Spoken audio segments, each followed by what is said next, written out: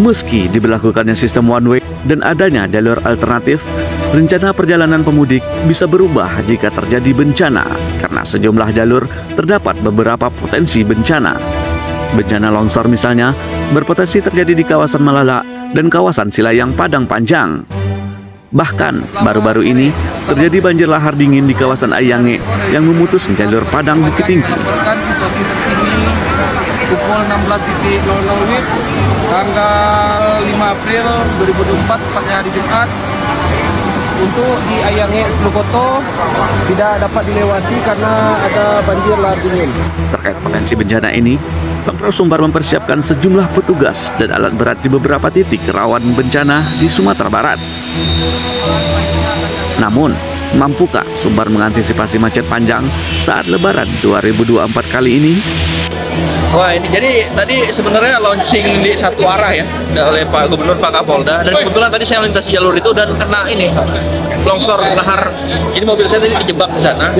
Nah, ini segera turun ya dari balai untuk segera merapikan jalan-jalan yang tadi sempat keblok. Secara umum sebenarnya ketika pemberlakuan satu arah tadi itu udah berlangsung dengan baik. Cuman pas lahar dingin tadi betul-betul terjebak saya di Ayange. Kan kayak yang di Pesol itu air turun tuh dari lahar dingin itu. Nah, tapi secara umum tadi uji coba satu arah ini udah cukup berlangsung dengan baik. Cuman ini cuaca ekstrim ya. Gunung Merapi masih suka batuk ya. Terus hujan juga di Bukit Tinggi ini berapa hari ini nggak berhenti-berhenti. Ya kita tetap waspada lah ya masyarakat ini. Karena memang dalam waktu ini Jumat ya, Sabtu Minggu besok saya rasa udah mulai padat nih kendaraan melintasi sini. Tadi saya dengan Dirlantas juga dengan koordinasi dengan Kapolres Padang Panjang melintas tadi barengan kita. Nah, ini kita bicara dengan orang-orang sekitar juga baru sekali ini ternyata ada longsoran yang seperti itu di jalan utama. Nah, ini harus tetap waspada, kita tetap hati-hati. Nah, dari Kementerian PUPR dan juga kami Balai Jalan yang maksudnya dengan provinsi juga udah siaga alat berat di daerah titik-titik yang rawan bencana dan longsor, termasuk di daerah Malalak. Ya, jalur mana lagi yang menjadi perhatian dari Pemprov Sumbar, Pak? Ya kan pintu masuk utama itu kan Damas Raya ya, pesisir selatan dari Bengkulu, terus Pangkalan dari 50 kota. Nah, titik-titik itu yang kita waspadai, itu yang traffic terbanyak. Dari Damas Raya, sebenarnya Damas Raya Sijunjung itu low risk ya, jalanannya low risk. Solok itu lebih resikonya biasa lebih tinggi. Masuk ke sini biasanya jalur sini termasuk ke low risk, tapi tadi terjadi sesuatu yang belum pernah terjadi sebelumnya. Nah, itu juga patut kita waspadai.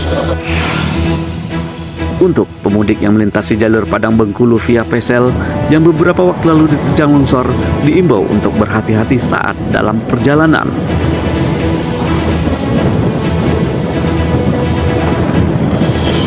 Baik ya, mungkin kita ketahui bahwa kalau jalur ke Pesel ini kan cuma ada satu-satunya jalan saja, tidak ada jalur alternatif lain. Mungkin kalau di daerah lain, kalau ada jalan tol atau bagaimana, kalau Pesel ini hanya satu-satunya jalan itu saja. Jadi ya himbauan kita ya, langkah kita ya hanya memberikan himbauan saja ya anggota pada masyarakat ya, untuk tidak parkir nanti di bahu-bahu jalan pada saat mereka nanti stop atau bagaimana, mereka ya sesuaikan aja ya, diantri. Anggota pun nanti akan turun ke lapangan untuk memberikan pengaturan di sana untuk melaksanakan gatur di titik-titik yang rawan terkait mungkin situasi di sana rawan bencana, Pak ya. Nah, itu ada ditegaskan oleh Bapak Dirlantas kepada seluruh jajaran khususnya pada Kasat Lantas dan kerjasama juga dengan unsur terkait mempersiapkan kendaraan ekskavator bila nanti ada longsor atau sebagainya. Bila ada, nanti dari ekskavator ini akan cepat apabila nanti ada bencana seperti longsor dan sebagainya.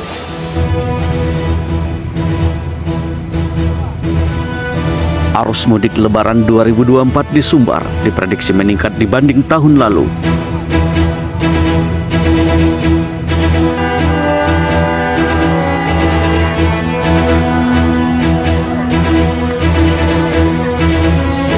Namun peningkatan arus mudik Lebaran tahun ini diperkirakan sekitar 71% dan kendaraan yang masuk ke Sumbar juga diperkirakan meningkat sebesar 40%.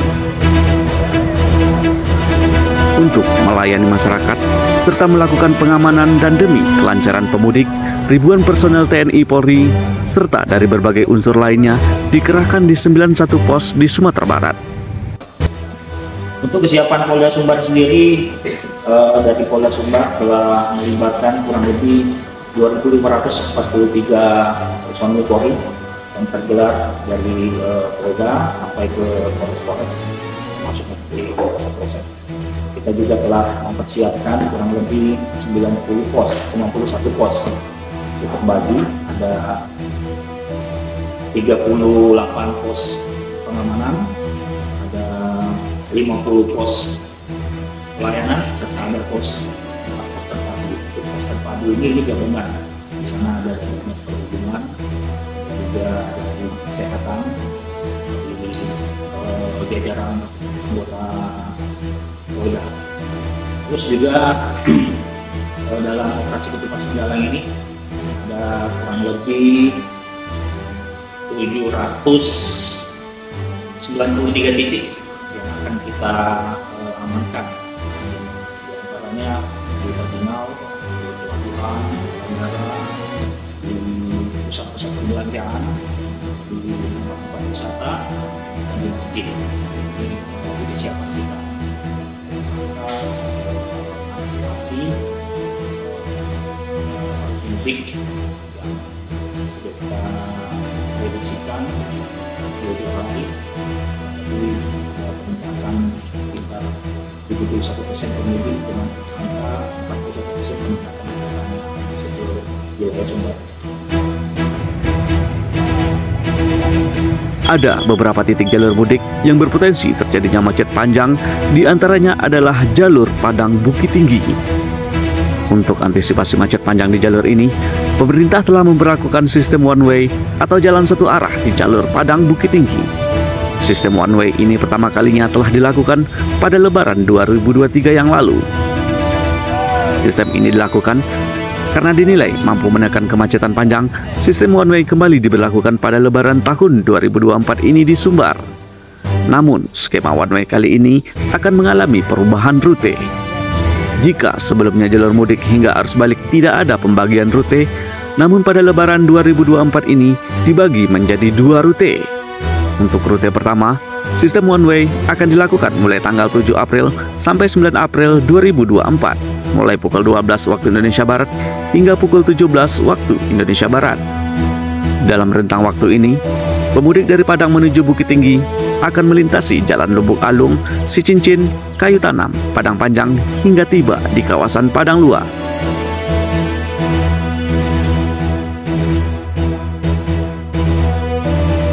Sementara dari Bukit Tinggi akan berbelok arah dari Padang Luar menuju Melala hingga Sicincin.